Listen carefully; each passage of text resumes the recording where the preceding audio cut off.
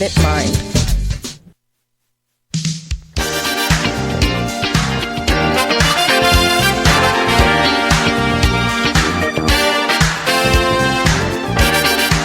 Live from New York City, it's the Gary Null Show. And now, your host, Gary Null. Never give up on the good things.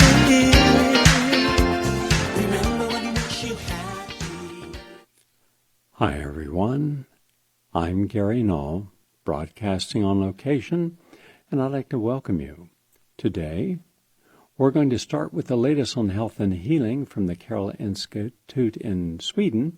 They have a new study about how magnesium is the perfect supplement for fibromyalgia sufferers. Then I'm going to give you an unusual quote you have not heard before, and let's see if anyone in the audience can determine who made the quote. And if you can guess that, please call us on our talkback number at 888-874-4888. Then we're going to share some insights that we shared yesterday. However, a lot of people were listening from our land-based and syndicated stations to the show that we did with Abby Martin, that we got very positive feedback on. So you missed the Mary Holland, the professor of international law, talking about how we do have treaty rights that supersede all federal and state rights when it comes to protecting the sanctity of our body and not having our body used in any form of way against our own personal judgment authority, meaning we're not giving informed consent, so you have no right as the state or federal government to do it since international treaties protect us. I'm going to play both segments again. I didn't get to the second segment at all yesterday, didn't even finish the first segment. So it's going to be a total of 16 minutes. And this is a really important issue that we have shared with Robert F. Kennedy Jr., at least 6 other major attorneys in the field, helping vaccine resistors, and also 2 other constitutional attorneys, and they're experts. They're top. One was at Harvard Law Review, constitutional attorney. We've spoken with them in depth. They all believe that that should be the next place we go. And so we're advocating that and helping support that legislation or that lawsuit. So I'll let you know more about it. So there's still hope that we, the people, will win against the pharmaceutical industry and its shills in state and federal legislatures that want to mandate vaccines purely for profit. It has nothing to do with science. Also, Greta Thunberg lectured to Congress yesterday, and it was a lecture because she does not bear fools well. And she says, I want you to listen to the scientists. Well, the trouble is they're not, and no one's doing anything about it. So we're going to play her segment, and I did a special commentary yesterday on Greta, and I'm going to redo it today, but I'm going to stop as I do it and show why it's relevant for everyone in this audience. So in effect, if you heard yesterday's program, then this is an abbreviation of that commentary. We begin always with the latest on health and healing. And if you're looking for a natural approach to effectively relieve the painful and exhausting symptoms of fibromyalgia, which is pain in your muscles, taking magnesium is a great way to deal with chronic conditions of pain. And while the primary cause of fibromyalgia you may not be able to understand because pain comes for many different reasons, one way that we can help keep people off of the opiates and the toxic pain medication, both over-the-counter and prescription, is with magnesium. In fact, I would have to list magnesium and cat's claw as the 2 best for dealing with pain. But also magnesium protects against strokes and corrects neurotransmitter imbalances in your brain. Therefore, it's great for people with depression and anxiety conditions. It's terrific for young people with ADHD. and it's good for seizures. So magnesium plays many different roles, especially in supporting brain health. It enables crucial enzyme-based processes and acts as a vasodilator. That means it's increasing the flow of blood into your brain. And the mineral also protects the brain from the harmful effects of calcium and glutamate. In particular, magnesium deficiency increases the risk of depression and is linked to an onset of neurological degeneration and cell death. And the average American diet is grossly deficient in magnesium. Conversely, higher levels of magnesium help reduce the risk of a stroke. So when I read this study from researchers at the Karolinska Institute, they evaluated the risk of stroke in a large cohort of smokers. And some of the participants took magnesium supplements, others stuck to a regular diet. And the researchers found a really significant correlation between those that took magnesium, those that didn't, as far as the incidence of stroke. It prevented strokes. So there's something easy, non-toxic, natural, no side effects. And it can also, at the same time, help with memory gaps, help if people are having trouble concentrating on tasks, and helping to smooth out erratic moods like depression and anxiety. So it's all good, all the way around there. And it also helps to mineralize bones and normalize blood glucose levels. So it is a superstar. And magnesium citrate, citrate, that would be the one that I would recommend. From Busan National University in South Korea, they're treating overactive bladder, which a lot of people have, with Moxibustion. Now, Moxi, M-O-X-I, bustion, that's an old external treatment. I'm sure you've seen it even if you didn't fully understand it. It's been used in traditional Chinese medicine. It involves the burning of dried herbs like mugwort or wormwood on top of an acupuncture needle or over a layer of ginger or even salt placed on the skin.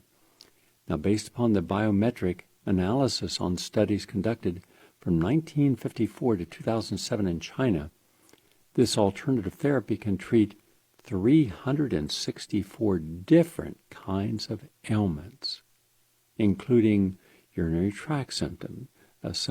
And in a recent study published in the journal Medicine, researchers from Busan National University in South Korea explored the efficacy and safety of Moxibustion in treating overactive bladder.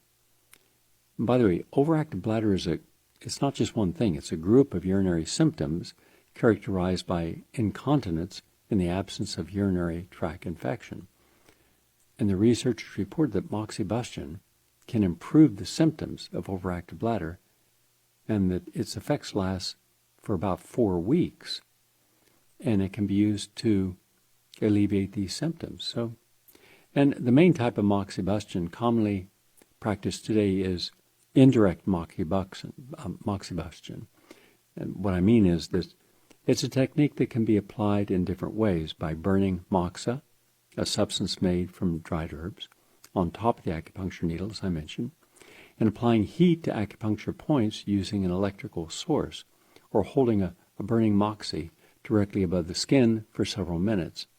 And the other less common type of Moxibustion is direct Moxibustion, which involves placing a burning moxa directly on the skin. And this technique is longer and used because it can cause pain and scarring, so it's not one that I recommend.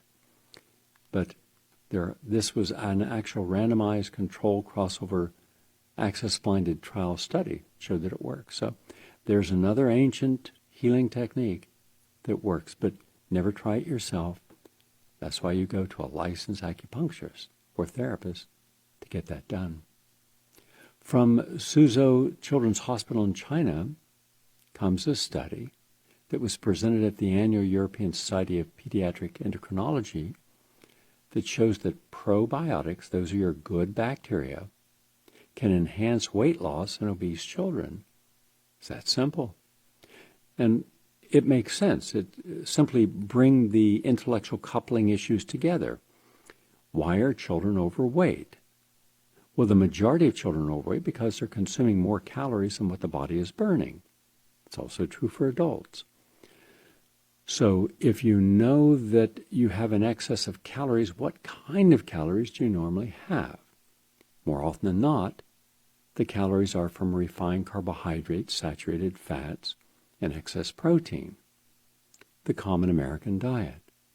But also, all of those foods have something else in common. From sugar to alcohol, from hamburgers to French fries, from pizzas to colas, they all upset the normal microbiota, the normal bacteria, and they take them from a healthy state to a toxic state. Therefore, when children are obese and they're overgrowing their body's capacity to maintain their equilibrium, they end up with heart disease and type 2 diabetes and debilitating complications. But probiotics, which are live microorganisms, and they have enormous health benefit in restoring the diversity of our gut bacteria, also called microbiome. So when you hear the word good bacteria and microbiome, it's one and the same. Although some studies have reported benefits of probiotic consumption for health and weight loss in adults, its effectiveness has not been studied as much as in children. So they did a study on 6 to 14-year-olds, and all the participants were following a reduced caloric diet and an exercise regime, and then they took the probiotics. And those that took the probiotics had remarkably more benefits. So just get your probiotics into your child and help them with a healthier diet. University of Washington study questions the value of fluoride varnishing. Now, I don't know if you've seen it, but it's advertised. Fluoride varnishing has become a popular anti-cavity treatment for children. And it's relatively easy to apply, and not just for dentists or dental hygienists. Pediatricians can do it as well, with relatively minimal instruction. They take a sticky varnish that goes on with a brush and then dries in a few hours. And it's not like taking a supplement, which they shouldn't take. No child should take a fluoride supplement, or having gels that the child can swallow. And it's very cheap. The general treatment runs about $25 to $30. And therefore the child's teeth are supposed to be protected. However, a new study by 2 University of Washington researchers and their colleagues says, hold on a second, that fluoride varnish that you're now marketing to preschoolers and calling it anti-cavity has uncertain outcomes, and therefore there's no conclusive proof that it actually works. Now, they reviewed 20 clinical trials in 13 countries and didn't find that there was much of a benefit, so I would not use it. From the University of New South Wales, which is in Australia, researchers have found links between junk food consumption and loss of spatial memory. That's interesting. This is a laboratory study. So what it means is unhealthy eating can have negative long-term effects for spatial memory. And this was published in the peer-reviewed journal Scientific Reports.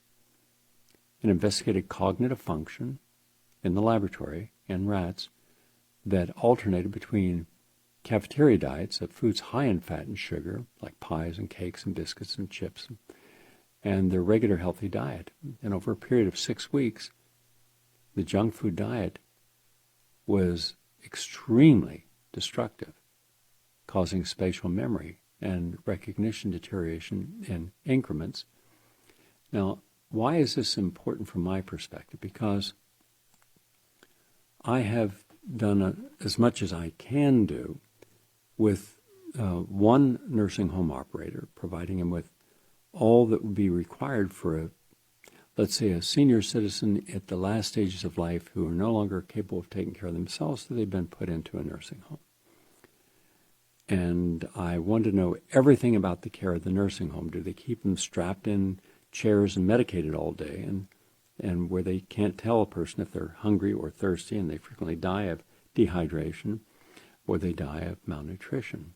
It's a national scandal, and it doesn't matter how expensive the place is. Remember, places are expensive.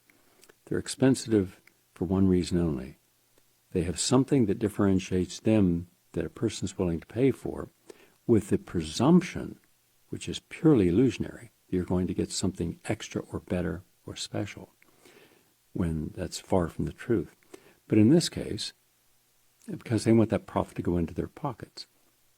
So in this case, I saw what the institution was willing to do to forego the typical kind of junk food that all these institutions have, institutional foods, and give them healthy diets. And that's based upon some senior citizens that I was working with, who, when I took them off with their family, who came to me, it was the family, I didn't know the people, and the people didn't know me, but their children did, and their children were in their 50s and 60s, and mom and dad were, no longer able to take care of themselves. But then when I would do in-depth discussions, I found that mom and dad had terrible diets, didn't exercise, smoked, drank. So the medical community said, well, this is the normal outcome of aging. And I said, no, it's not. You're wrong. You're absolutely wrong. Now, they had only the moniker of authority in medicine. They study disease. They treat disease symptoms. Ask your average doctor, when was the last time you were able to cure arthritis? When was the last time a psychologist cured depression? They don't. And we all know that. And it's not because they're not trying or not sincere, don't want to. I believe they absolutely would love to see their patients improve. But the trouble is they were indoctrinated into using protocols that are only there for symptomatic relief and are not actually getting at the root cause of what caused the person's conditions and how to reverse those conditions, because that would be a different protocol. And they're not going to risk, the majority are not going to risk going to a different protocol, even if it would work. So when you take a look at a person's debilitation, especially an older, have to understand what you're seeing in the moment you're seeing someone whose eyes are glazy and they're drooling and they're looking at the ceiling and they're incoherent, they've lost cognition. You're not seeing something that is in that moment being caused by something recent. You're seeing a lifetime of improper choices leading to that moment where the body tips and can no longer maintain homeostasis or balance. You can rebalance that. It's just there's no model existing in medicine or in science. Trust me, I just had a long conversation with some scientists about what is necessary. And when I told them even partial what was necessary, they said, well, no one's going to do that. That's impossible. I said, well, they said you couldn't break the 4-minute mile, and Bannister broke it. He was right. They were wrong. All the engineers and scientists in the world who believe the body couldn't go run faster than a 4-minute, they were wrong. And then he created a new paradigm. Well, I believe that we're at a place where we can challenge the old paradigm, because I've seen so many people, when you change the medium, you change the environment, you change the protocols, you change their biochemistry. And therefore an older person in a nursing home could come right back out of that nursing home, right back out into life. Think of that. Now, some don't want to think of that. Well, think of what that will do.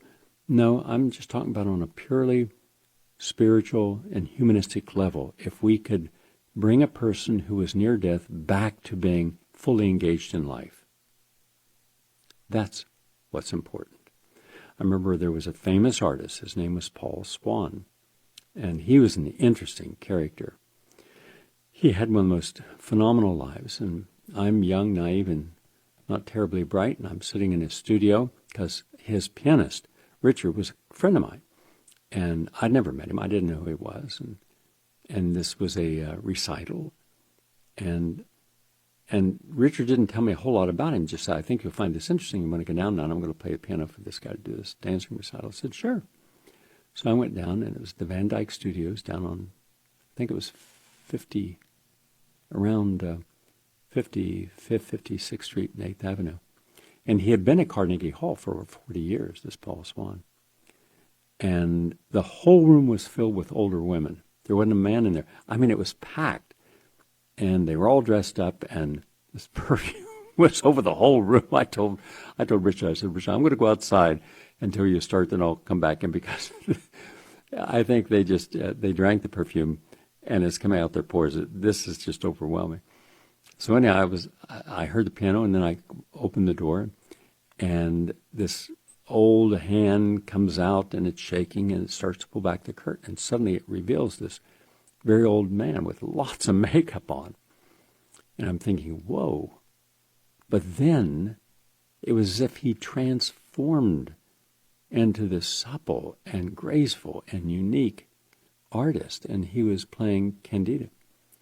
And no, it was a narcissist. And I watched this, and he was just flawless. It was just perfection. I mean, it couldn't have been better. Anyhow, afterwards, I read the write-up in the Daily News and gave him a lot of credit.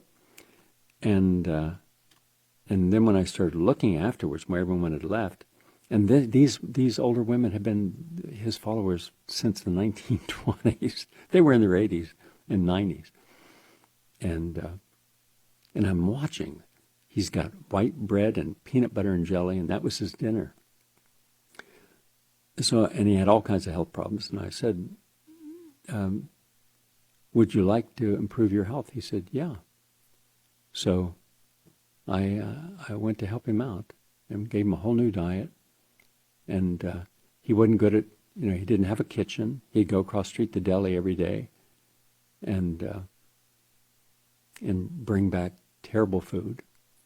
So every day I'd go down and I'd make him fresh juices and make him a lunch and make him a dinner. And I gave it to him, or Richard would go down, one of the others. And over a period of 6 months to a year, then using proper supplementation, all of his conditions reversed. It was like he had de-aged by 20 years. His pain, his vision improved, his energy.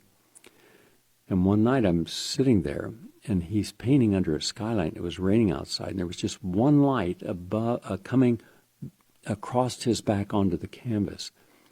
And I thought, wow, I'm going to remember this moment, because here's this Renaissance painter, dancer, sculptor. This is a man who had been with Gertrude Stein and D.H. Lawrence and T.S. Eliot and all the great artists in Paris at their salons. And how rare is it to have a chance in life as a young, naive kid that I was, to be in the presence of someone so unique. I've never forgotten that whole moment. But it brings back the idea that, yeah, had there not been an intervention, he probably would have lived an extra year.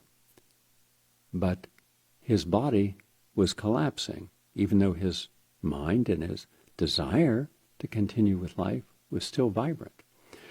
So I believe we're at the beginning of what could be a major, major shifting in our consciousness of how we age, how we die, and where it is now absolute that dying is inevitable, but how we die is under a lot of our own control. And science and medicine and society doesn't believe that. Excuse me, they believe that, well, their number's up, it's time, they've lived a good life. They're 65 years old. They're half their biological age. So we're looking at things a little differently now. Hopefully within 90 days, or about 100 days from now, I'll be able to present some hard biological scientific evidence that it is possible. Remember, once you show it's possible, then watch all the other people jump in the field saying, yeah, let's do something.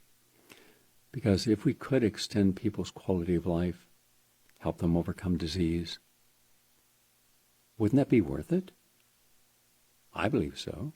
I believe people are sacred and deserve a chance. at living another day. From the Salk Institute for Biological Studies comes a new study about how, well, in California it's called the holy herb. I'm sure you've heard of it. Yerbasante, Yerbasanta.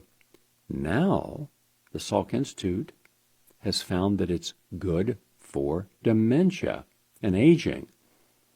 And therefore, researchers are really interested in this because it can help as a natural treatment for Alzheimer's.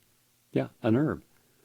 And in their study, which was published in the peer-reviewed journal Redox Biology, they found that Yerbasante, a plant native to California, contains an active compound called sterubin, Sterubin, that could be used to treat people with Alzheimer's.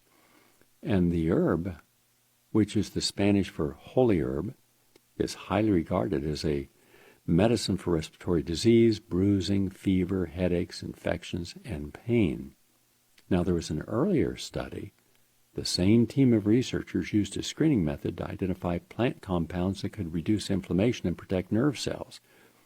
And from this, they developed a screening tool that can both identify compounds that might protect cells, but also find the target pathways of these compounds.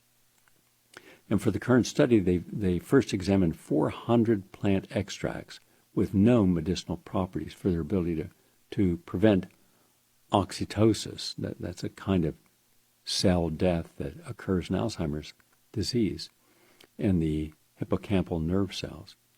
And that's what they found. So good news, new information for people with Alzheimer's and dementia. One last study here from the Medical University of Vienna, which is in Austria. In fact, this was also done in cooperation with the European Association for the Study of Diabetes and in Barcelona, Spain, at the university. They found that there's a very strong link between vitamin D deficiency, when you don't have enough, and an increase in death, especially diabetes-related deaths. So here's the takeaway message. If you don't have enough of the vitamin D in your body and you're diabetic, you can die sooner. All right? That's the latest in health and healing. We're 27 minutes into our program. I'm Gary Null on location. We're going to take a break, and when we come back, we're going to play the two segments for all the people in this audience, the thousands of people over the last 6 months that have called myself or Luann and said, what do I do? They're not allowing my child into school because it's not getting vaccinated. Well, Professor Mary Holland and a group of constitutional scholars believe that we have a potential challenge, legal challenge for them. So you'll hear Professor Mary Holland uninterrupted for 16 minutes when we return. Please stay with us.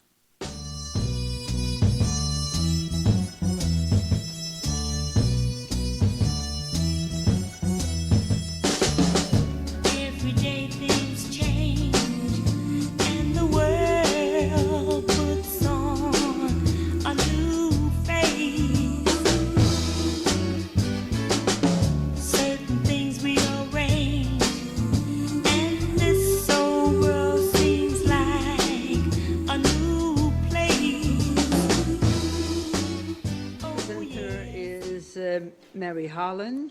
She's a research scholar at New York University School of Law. Ms. Holland, you have the floor. Thank you very much. It's an honor to be here. I want to start by asking a couple simple questions to be answered by a show of hands. How many of you have ever, for any reason, been critical of the United Nations? Security Council, peacekeepers, budget issues come to mind. I see a lot of hands. Okay. And how many of you have ever been critical of the United States for any reason? Foreign policy, domestic policy, role in the primary elections, right? So we're here at the UN, we're in the United States, but the vast majority of us have been critical of these institutions at one time or another. To me, this is like asking, are you alive? Are you breathing? Are you a thinking person? It is human and normal to be critical. Almost all of us have been critical at some point because these are complex institutions with varying actions and inactions all the time. But now, if I ask you, have you ever been critical of your country's vaccine policies? You may be reluctant to raise your hand, and for good reason, because in the supercharged public discourse about vaccines, were you to answer, yes, I have been critical of some aspect of vaccine policy at some time, you would likely be branded anti-vaccine, that fundamentalist boogeyman term, and not by a militant or fringe publication or spokesperson. You might be branded anti-vaccine by the likes of the New York Times, the New England Journal of Medicine, the World Health Organization, and by spokespeople from National Centers for Disease Control and National Pediatric Associations. Your views on vaccines might be considered outside the mainstream and equivalent to the views of those who deny climate change. You might be considered, as I have sometimes been, a flat earther. No matter if your critiques were categorical or that you truly oppose all vaccines for all people at all times, or if you simply believe, as many people here and I do, that mercury should never be a preservative in any vaccine anywhere in the world because there are better and safer alternatives. Many in this, thank you.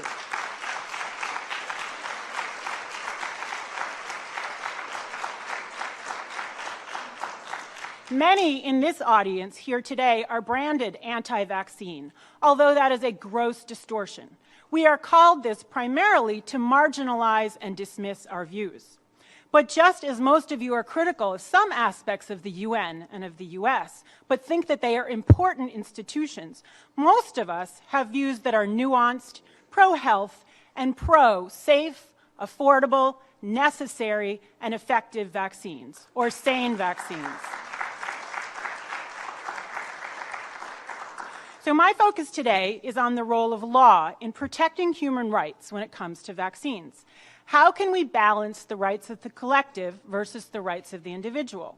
Vaccines, by their very nature, are a population-based medical intervention. If enough people take this medical intervention, then the so-called herd will be protected from the circulation of a communicable disease based on the theory of herd immunity. Although individuals receive vaccines, the rationale for vaccines is for the good of the individual and the society. One of the core purposes of the United Nations, set forth in Article 1 of its charter, is to achieve international cooperation in promoting and encouraging respect for human rights and for fundamental freedoms of all. So the UN and the international community have obligations to respect human rights related to vaccination. But how must nations in the UN do this? This is an important question that deserves scrutiny as it profoundly affects both individual and public health. Since World War II, the international community has recognized the grave dangers in involuntary scientific and medical experimentation on human subjects. In the aftermath of Nazi medical atrocities, the world affirmed the Nuremberg Code, which stated that the voluntary consent of human subjects is absolutely essential. The International Covenant on Civil and Political Rights further enshrined this prohibition against involuntary experimentation, stating, "No one shall be subjected without his free consent to medical or scientific experimentation." Such a prohibition is now universally recognized, so that some courts and scholars have pronounced the right to informed consent as a matter of customary international law. In other words, it applies everywhere, whether or not a country has it on its books.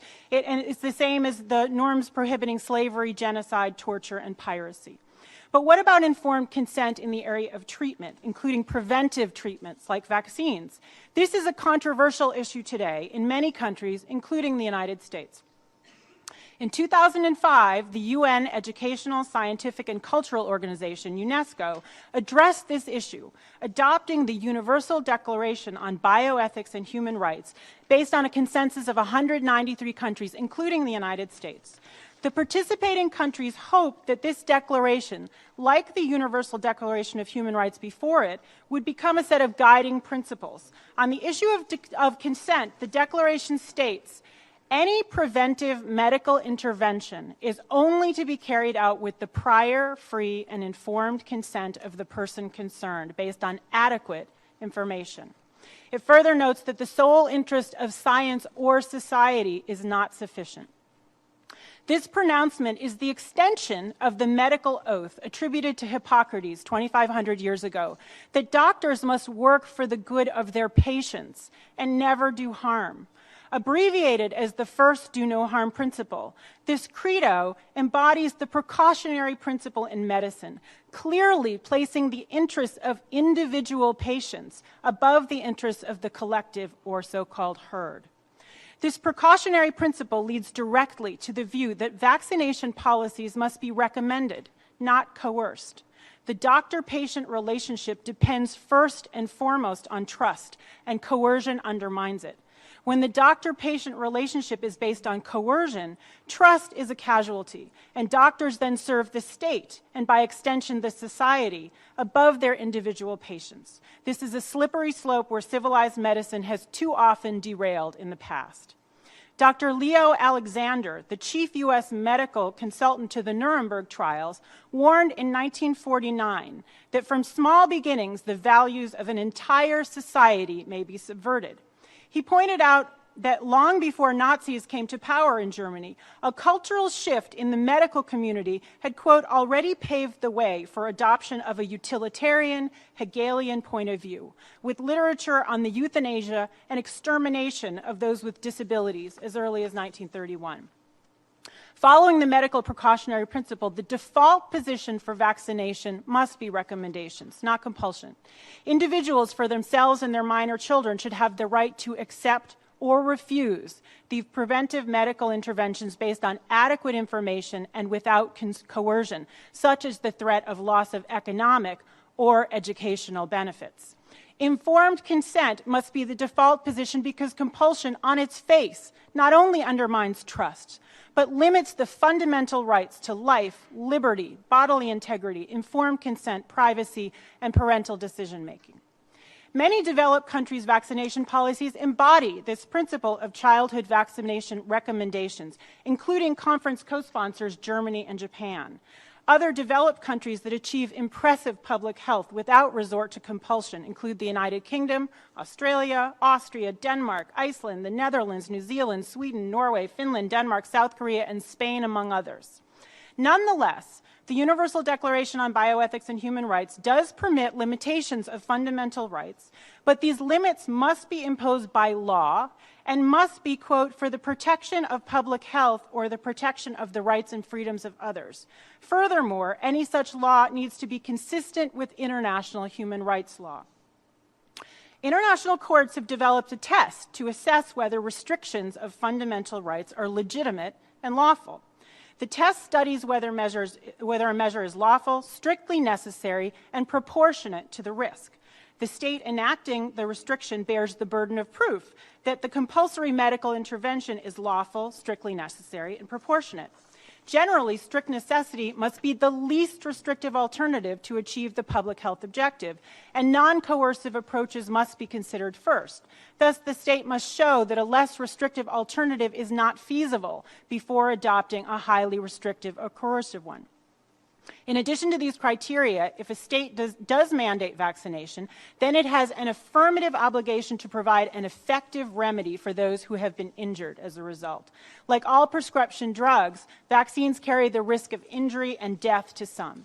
The guarantee of an effective remedy is a basic pillar of the rule of law in a democratic society, and the remedy must actually be an effective one. It can't be an illusory remedy, which in fact provides no relief. Vaccination policies have changed drastically since the early 20th century, when they were primarily emergency medical interventions for whole populations in times of smallpox outbreaks, to the policies of today, when they primarily target infants and young children for non-emergency prevention of many diseases of varying severity. Legislatures and courts have had to grapple with many issues flowing from these policies, including vaccine injury compensation, religious exemptions, philosophical exemptions, the right to education, the right to informed consent, and the right to parental decision-making. I provide a few examples of court decisions related to vaccination from courts in different countries. In Japan, in 1992, the Tokyo High Court heard a case from 159 survivors of vaccine-induced injury or death. The court concluded that the Ministry of Health had been negligent in failing to establish a screening program to exclude people with contraindications to vaccination. The court noted that the Ministry of Health had focused on measures to raise vaccination rates at the expense of attention to vaccine adverse reactions. Furthermore, the court noted that the ministry had not provided sufficient information about vaccine adverse events to doctors and the public. The court concluded that the injured victims were entitled to compensation as a matter of state policy. In Ukraine, in 2004, its constitutional court interpreted the Constitution to guarantee the right of education on the principle of equality, and it found that every child was entitled to a school-based education, regardless of their vaccination status. The Turkish Constitutional Court in 2015 upheld the principle of parental consent and that it was necessary for the vaccination of children and infants. It found that despite the Ministry of Health's assurance that childhood vaccinations are in the best interest of the child, the infant's interest in bodily integrity may only be violated for medical necessity and based on law, and that was not the case for routine vaccinations. On the other hand, in January 2015, a judgment of the Czech Constitutional Court upheld a public health law prohibiting young children from attending preschool, without vaccinations against 9 diseases unless the children had permanent contraindications. But the judgment was over a stinging dissent, arguing that the court's decision was more politically motivated than based on a rigorous constitutional analysis. The dissent found that the majority's decision had turned a blind eye to the unconstitutionality of the law, and that the court's decision would ultimately undermine rather than advance the legitimacy of vaccination mandates. In the United States, the legitimacy of school vaccination mandates came into sharp focus last year when almost 20 states introduced legislation to limit or prohibit altogether exemptions from vaccination except for very limited medical ones. Only in the state of California did blanket legislation pass, which prohibits all exemptions save limited medical ones, although similar laws already exist in 2 other states, Mississippi and West Virginia, to that effect. We are likely to see in the near future whether California courts will uphold or reject this new law, which directly contradicts the California Constitution's guarantee of a right to a public education for all children. We will see whether courts are prepared to endorse a new kind of school segregation against 225,000 children whose vaccination statuses do not conform perfectly to California's dictates. With over 270 vaccines in the global research and development pipeline, the role of law and courts in upholding or rejecting vaccination mandates and in compensating the victims of vaccine injury is critical. As we all understand, healthcare is a big business the world over, and vaccines represent a growing medical market with increasingly high profit margins. If we don't adhere to first principles of the rights to life, liberty, and bodily integrity of the individual, and the right to prior, free, and informed consent in medicine, we may find ourselves with both known and unknown harms. To conclude, I paraphrase President Eisenhower's farewell address to the United States in 1961 when he was addressing the benefits and risks posed by the military-industrial complex. I substitute the term medical-industrial complex, which I believe today poses many of the same benefits and risks. He foretold the potential of the disastrous rise of misplaced power exists and will persist. We must never let the weight of this complex endanger our liberties or democratic processes. We should take nothing for granted. Only an alert and knowledgeable citizenry can compel the proper meshing of the huge industrial and medical machinery of health with our methods and goals, so that security and liberty may prosper together. In holding scientific research and discovery in respect, as we should, we must be alert to the equal and opposite danger that public policy could itself become the captive of a scientific technological elite. So let us be alert, knowledgeable, and properly integrate the interests of global health security and global liberty. Thank you.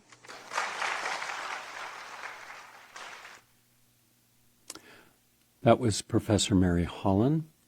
She made it very clear. We have independently confirmed with 2 other constitutional specialists and scholars that there is every reason to accept that the Nuremberg judgments and the subsequent treaties that the United States was signatory to shows that treaties are higher in ranking and have greater authority than state or national laws.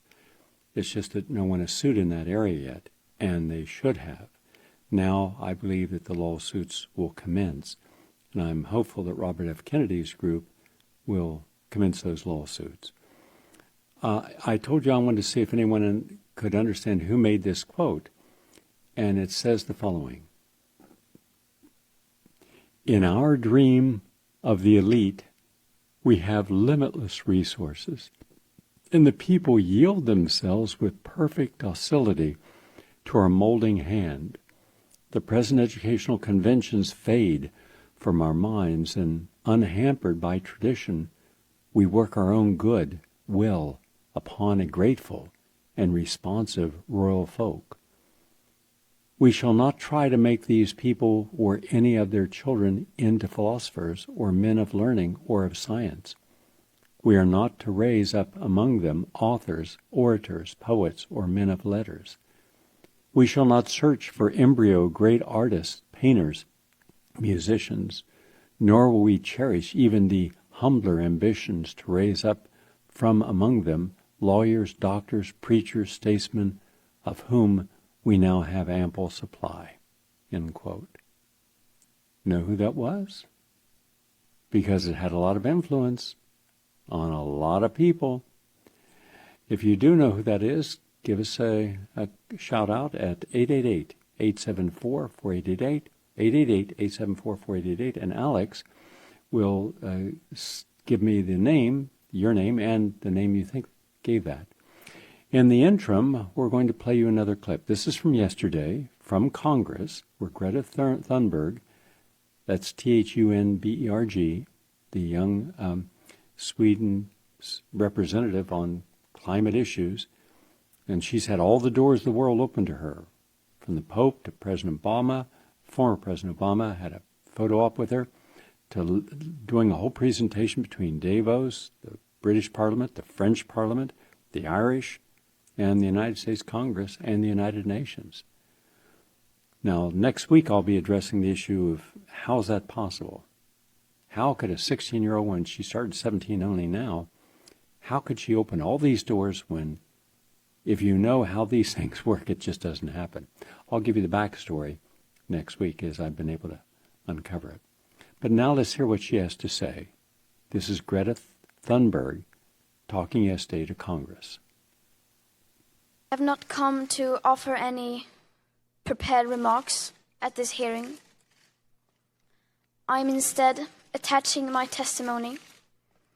It is the IPCC Special Report on Global Warming of 1.5 degrees Celsius, the SR 1.5, which was released on October 8th, 2018. I am submitting this report as my testimony because I don't want you to listen to me. I want you to listen to the scientists. And I want you to unite behind the science. And then I want you to take real action. Ms. Thunberg, let me ask you a question. If you're sailing across the ocean and you're picking up trash along the way, and for every one piece of trash that you pick up, there's a boat right next to you dumping out 5 pieces, how would that make you feel? If you use that logic, then I am also dumping a lot of trash in the ocean. And then I would stop dumping my trash in the ocean and tell the other boat to stop dumping their trash in the ocean as well.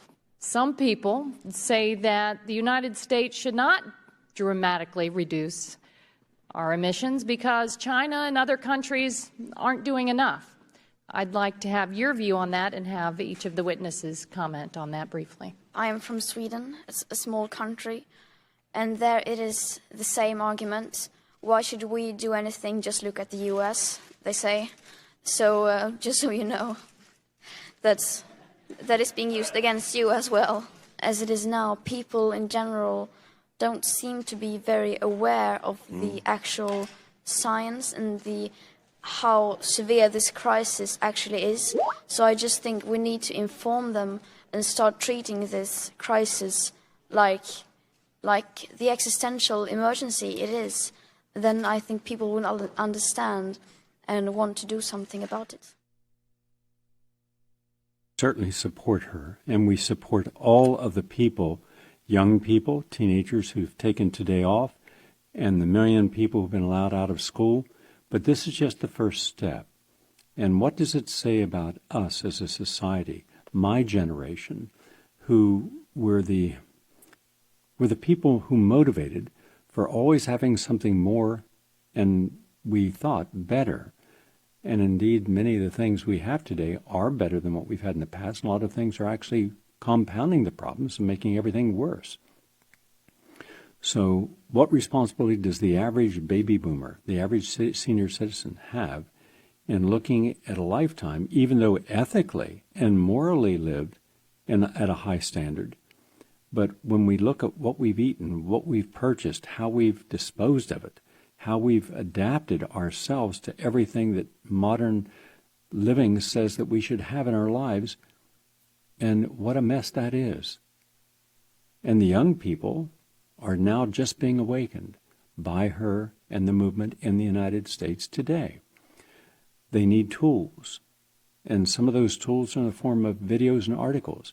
Richard Gale and I have written 16 articles. Now, these are not simple little articles. These are very detailed articles about the problems with our environment, and they're all fully footnoted.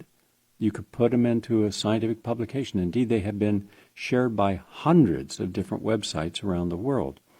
And we have shared them all with Greta, and she's gotten them. And the commentary I did on her yesterday, she also got. So we're happy that she has all of her information, plus 3 documentaries, and we've posted them on prn.fm. So you, too, could go there, download them, read them, and then highlight the points that you want to focus on, and then share that with everyone you can, and then become a part of that process. Because at some point, it's not about having governments intervene. Right now, we have governments intervening in all the wrong ways. They're intervening in Venezuela, and shame on Bernie Sanders. And thanks to Mitchell Cohen and a few people who pointed this out, and I'm going to do this on our next program, I'm going to play you Bernie Sanders saying how, the United States should, remove Maduro. Well, you're talking about intervention in a country, and he was democratically elected, like him or not. He may be corrupt, but the Venezuelan people are not, and you're going to destroy them for what, expanding American hegemony? Bernie should be smarter than that. On some issues, he just doesn't seem to get it or understands it, and that's playing to the military-industrial complex. In any case, when you look at how many people are connected to the causes of pollution, it's not China. America is still the number 1 polluter in the world. The United States military is the largest single polluter on the planet.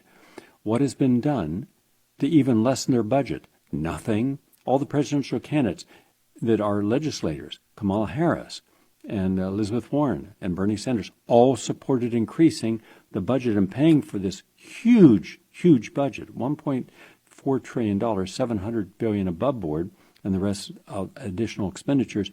And we don't need even 1/10 of that. 1/10 of that. And look what we could do to de-ghettoize the environment. Plant trees, go off monocrops, clean up our rivers, help clean up the ocean, de-acidify the ocean. There's so many things we have the technology and skill to do, and not a single effort's being made. We're not planting a single tree in the United States, yet Bangladesh is planting tens of millions of trees. So when we look around the world, the countries that are most adversely affected by global warming are producing the least carbon and methane, and yet they're being devastated. So her message and all of the messages today are correct. We must do more, but we have to do it at the individual level. The government of the United States is so captured, every one of its agencies, all of its politicians, your state legislators are captured by the American Legislative Exchange Council, which has written and had passed into law over 27,000 bills, including the current vaccine-mandated bills. And the Democrats, unfortunately, are the ones leading the charge for more government at every level of our lives. What happened to them? My God, those of us who grew up liberal, and in some cases very, very much to the humanistic level of liberal, are ashamed of what corporate liberalism has become today. It's a bubonic plague. And it's no better than the Republicans. They've always been a bubonic plague. It's just that get away from thinking the government's going to come in and protect you. They're not. They're the problem. Or the corporations are going to change overnight. They're not. Or that we're going to give up all of our buses and trains and planes and travel and cars that use fossil fuel in the next 10 years. Never going to happen. Or that we're going to green the planet the way we say because we're going to throw money at it. It won't happen. The way it does happen, however, is the way anything happens. You start with a committed group of individuals who are fully educated on the topic, who are completely informed by intent, and therefore in their own personal lives begin to make that change. Like going vegan, not buying things they don't need, buying things that can be recycled, giving things that instead of throwing away in obsolescence, if it can be used, use it. Give it to someone else to use. And buying locally grown organic food instead of genetically modified food. Think before you buy that hardwood furniture. Where did the hardwood come from? What force was just devastated? I put a picture up this week, and you really ought to see it. It's one of those pictures that's going to sear into your mind. Here's just thousands of acres, all the trees cut down to put in palm trees for palm oil in Indonesia, one of the most corrupt places on earth, where you can buy any politicians for nothing. And here's one single tree. And up in the tree on one single branch is the last orangutan, a pregnant female, malnourished. And down below is a sniper about to kill her. That's the world we live in today. That's the reality. Trust no politician on any level. They're pathologically dysfunctional when it comes to actually caring about the people. They care about themselves. So I'm glad to see that the kids are out today. It's unfortunate adults have to take a lesson from teenagers. Does it say something rather ironic that an entire world has to be reminded of what it should do and what it has not done properly for decades by, at that time, a 16-year-old Swedish young girl? Wow. And we're really difficult in our country at all levels to change anything, especially if it creates discomfort. But we're going to try, because we do believe that we can make a difference. I'm Gary Null. Thank you all for listening, and have a nice day.